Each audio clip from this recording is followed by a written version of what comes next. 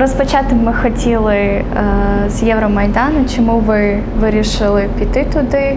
Яка була ваша мотивація? Чому ви вирішили приєднатися?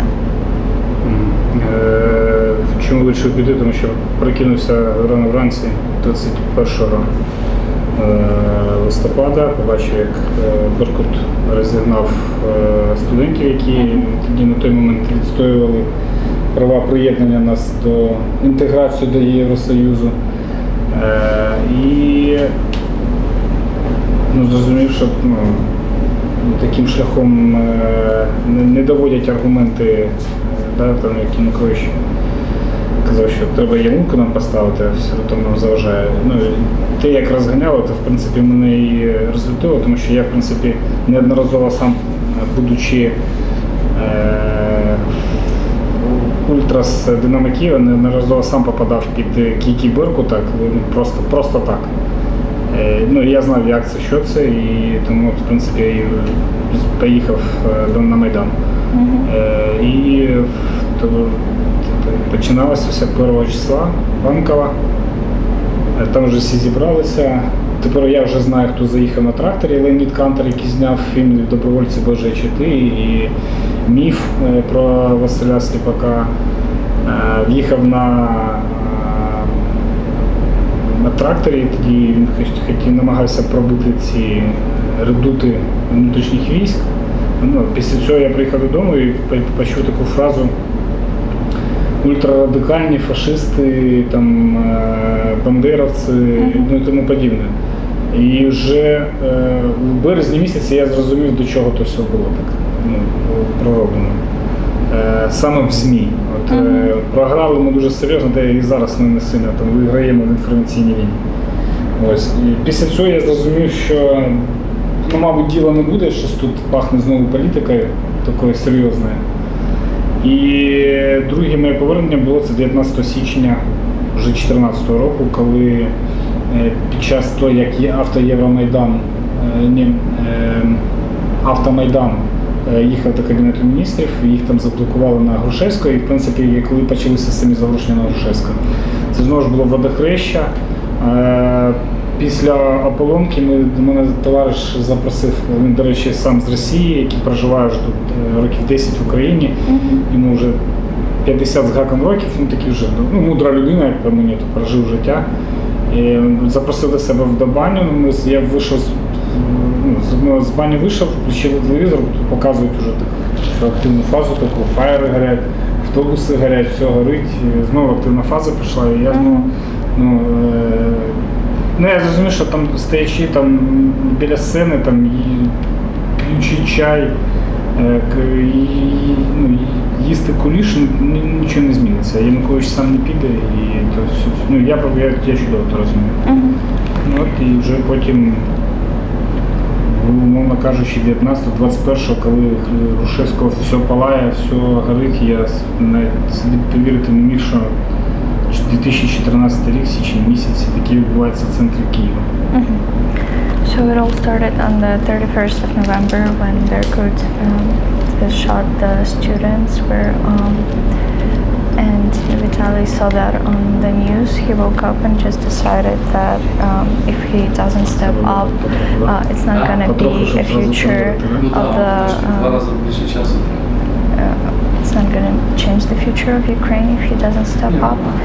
And when he went back and saw on the news, people were represented as ultra-radical fascists, and he thinks that's how we started losing this informational war, and are still losing in it. And then the second stage was 19th January when the Euromaidan happened, where all the drivers went on the streets and kind of protested. They blocked the movement of the cars. And he had a friend who was Russian but has been living in Ukraine for 10 years. And they decided to join this active phase again. But he still couldn't believe that it's possible in 2014 for it to happen, for the cars to burn, for the streets to be destroyed. That he couldn't believe that this is what actually happens. Two questions. Was he a student during this first time? вам було років, коли ви вперше? Я зараз скажу, 27, здається. Якщо це 14 рік, 28. 28. Тому 28. ви вже не 27 і в січні 27 було, в вересні 28. Тому ви вже не були студентом? Ні, я не був. He wasn't. And Але я розділяв їх, повністю підтримував. He was supporting them. He felt like he was a part of that, but he wasn't a student technically. and how did he understand that the media was portraying a different Ukraine? Was it because when he was on the protests, he was seeing it was not this radical? Ви торкнулися теми інформаційної війни, і Шейні дуже цікаво, як ви це зрозуміли? Тобто ви там побачили в телевізорі, в інтернеті? 1 грудня я повертаюсь додому після Банкової, подій на Банковій. Я чую в екранах, що ультрарадикальні групування, там, націоналісти, фашисти, бандеровці там, і тому подібне. Тобто це були українські? Ну, як, дивіться, я був на Банковій. Так. Потім, як мені стало відомо, що от режисер, який знімав фільм, заїхав в цілому на цьому тракторі. Це не був там якийсь проплачений, там, видуманий якийсь агент Кремля, там іще звичайні люди зібралися. Просто то все преподнесли так, що реально я сам, трохи, я зрозумів в березні місяці, коли у нас почали забирати Крим. І кримчані то вийшли проти чого? Даби бандеровці не поїхали і не захопили Крим. І мені тоді стало зрозуміло, що буде війна. І я вже тоді сказав, що буде війна, і через 10 днів я поїхав на війну. Ще тоді не війна була, але під Крим вже. Коли почалася анексія. So once he came back, he saw on the news that people being portrayed as ultra-radical fascists, and that, but he saw that it's not reflecting the right situation, because those were not stage protests, because those were usual students, and he also saw that when Crimean situation started going on, Crimean people were protesting against this radical fascist influence of Ukrainians. So it wasn't right at all. And Vitaly said that the war is going to happen, and 10 days later he went there. Can you ask him more specifically about the conditions of like on Euromaidan, like who was alongside him, who provided food, or what kind of shelter did they have? Шейні цікаво дізнатися, які були умови на Майдані, тобто чи були у вас друзі там, чи піклувалися ви про їжу, про притулок, як це відбувалося? Дивіться, умови у мене були, мені було гріх жалуватися, тому що я в принципі проживав в місті Борисполь. Якщо я там ніч відстояв, я поїхав додому, сполоснувся, поїв. Хлопці, які там чергували, вони приїжджали там з Тернопільської області, з Івано-Франківської, але зрозуміти, що там не довіряли, в якому плані боялися покидати Майдан, територію Майдану, тому що вже на той час Вербицький вже був закатований. Всі розуміли, що активісти, навіть не просто активісти, а просто люди, які там перебувають, виходять там, просто сходили в магазин за цигарками, тобто вийшли з центральної частини. Це такі, як Вербицький, в цілому загинуло. Скільки таких, яких ми ще можемо лише здогадуватися. Тому там на вмоляння, давай поїдемо, там хоч помиєшся, то люди вони боялися. Тому що саме в цивільному одязі їх так само виманювали і вивозили. Vitaly cannot complain because he lived in Boryspil, so he can leave, even though if he stayed at night, he can leave in the morning, take shower, get back. But people were afraid to leave because there were instances where they would be killed once they leave Maidan, once they leave their comrades, once they leave the circle. And he says there were a lot of stories when people would go to the grocery store and would not come back. Да. З приводу чи возив я щось, ну я не скажу, що я там масштабно щось віз, але ну, те, що я міг привезти, там з'їхати 2 палки колбаси купити, там хлібу, ну, все, що в моїх силах було, то я з собою брав. Там речі, ну в мене, я скажу так, речей не було. Але наскільки я знаю, що з Борисполя також паралельно там, цим займалося людей. Щоб сказати, що я був волонтером, важко, мабуть. 2 палки колбаси я не можу.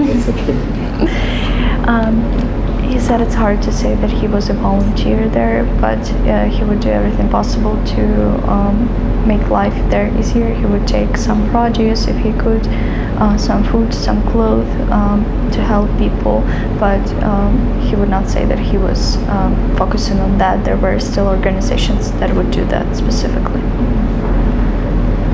And who were the people that were killing these protesters when they would leave?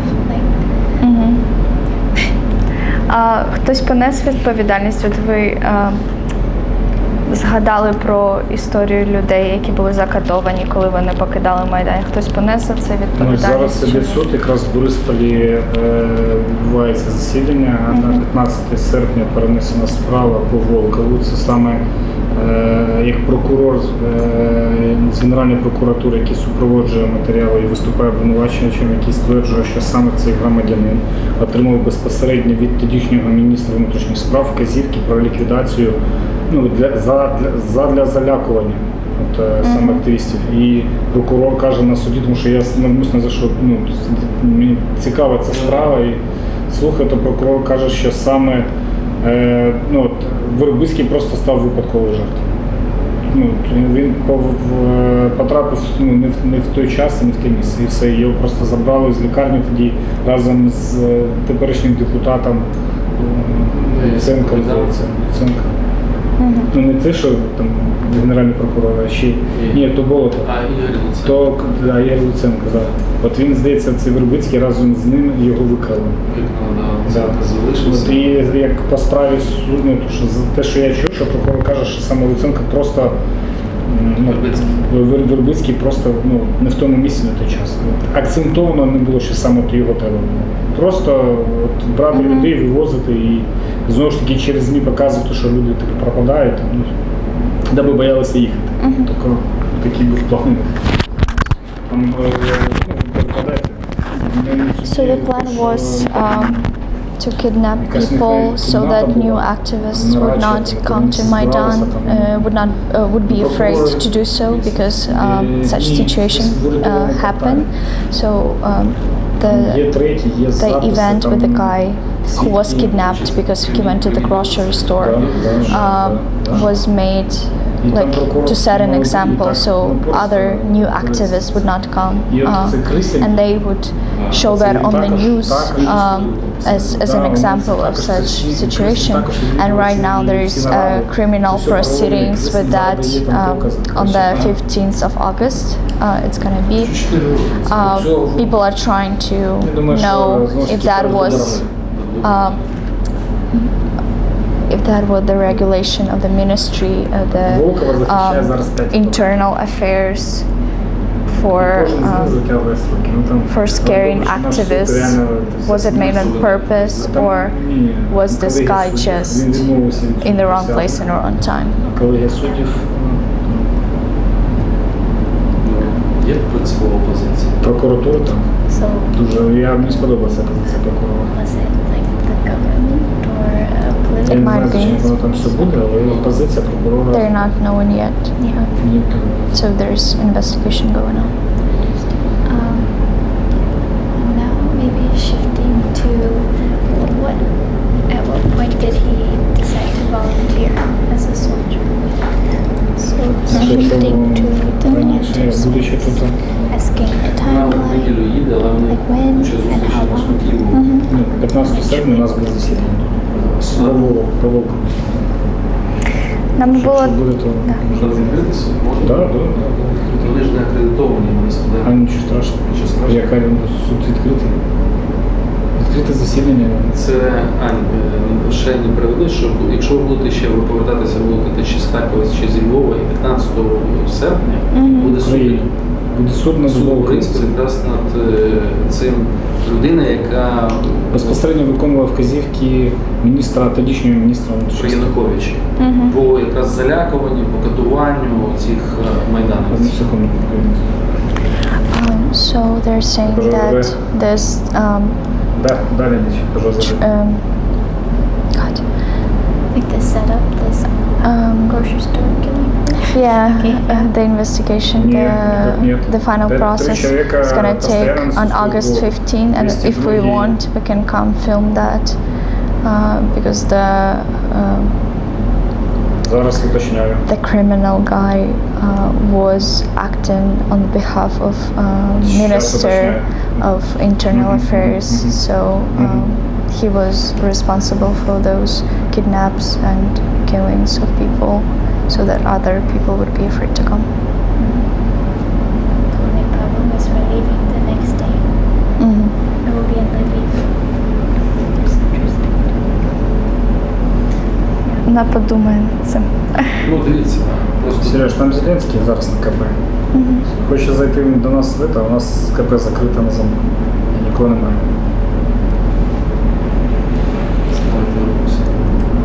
І мені доповідь, і мені зразу часу, доповідь. мабуть, немає. що І дежурка, що робить. Да. Давай.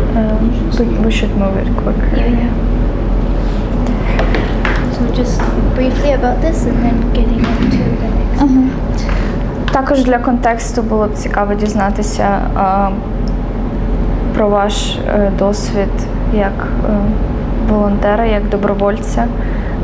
Коли ви вирішили поїхати, як довго ви там залишалися, і також може ваші спогади про Донецький аеропорт, що там відбувалося. Значить, так як я вже казав, що на початку березня мені стало зрозуміло, кінець лютого березня мені стало зрозуміло, чому всі бандери це фашисти, ну і тому подібне, тому що вже почалася активна фаза анексії Криму.